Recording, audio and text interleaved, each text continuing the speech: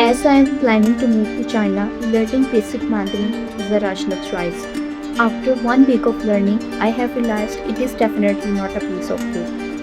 Hi everyone, welcome to episode 2 of preparation to move to China for higher studies. In the last video, I made a list of tasks to do before departure so I can find better opportunities over there. One of the biggest goals I set for myself before leaving Pakistan was learning basic Chinese. I started about a week ago. I'm using free resources available like YouTube videos, free apps, and I'm also making my own handwritten notes for revision. Till now, it has been confusing and fascinating as well. I'm trying to understand how the language works. There are no alphabets. The same word can have four completely different meanings, and somehow people memorize thousands of characters. I would love to share surprises Mandarin has given me just within a week. Top of list is this language doesn't have alphabets. Coming from English and Urdu, this completely blew my mind. In English, we have 26 letters. In Urdu, we have 36 alphabets. You learn the letters first, then combine them into words, and then sentences, and then paragraphs, and so on. Every normal language works this way, but not Mandarin. Instead of letters, there are characters. Each character represents a syllable and usually carries meaning on its own. Let's take a very simple sentence. In English, it is I'm learning Chinese. If you know the English alphabet, you can read this sentence even if you don't know what it means.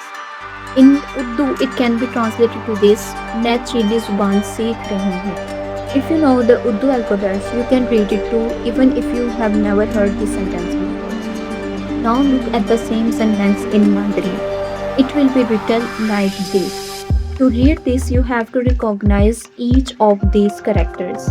This is where things become completely different. In English, words are built from just 26 letters. In Urdu, words are built using the Urdu alphabets. But in Mandarin, there are no alphabets that combine to form words. Instead, each part of the sentence is written with its own character. So instead of memorizing letters and joining them together, you are learning completely new characters from the very beginning. That's why people say you need to recognize thousands of them to read comfortably. Do not give up just there because there is something to make life easy. And it is called pinyin. Thankfully, beginners don't have to start with characters but with pinyin. Pinyin is the English version of Chinese language. Pinyin writes Chinese sounds using the English alphabet. So instead of seeing complicated characters immediately, you first learn how words sound. For example, this is sentence wo sai shall jangon. It gives every learner a hope. And this very moment, Mandarin says, "Don't take me easy," and throws another surprise. That is tones. This is probably the part where most foreigners struggle. In English or Urdu, your tone mostly shows emotions. In Chinese, your tone changes the meaning of the word itself. Take the classic example. These are four words which seem very similar in pinyin, but on the basis of their tones, they have very different meanings. Depending on the tone, it can mean mother, am, horse, or to school. At first glance, all of these look almost the same, just a different tone mark. But in actual written Chinese, they are four completely different characters with four different meanings. This concept is shared by many languages. Words written exactly same but are pronounced differently and serve different meanings as well. For example, in English language, we have desert and dessert.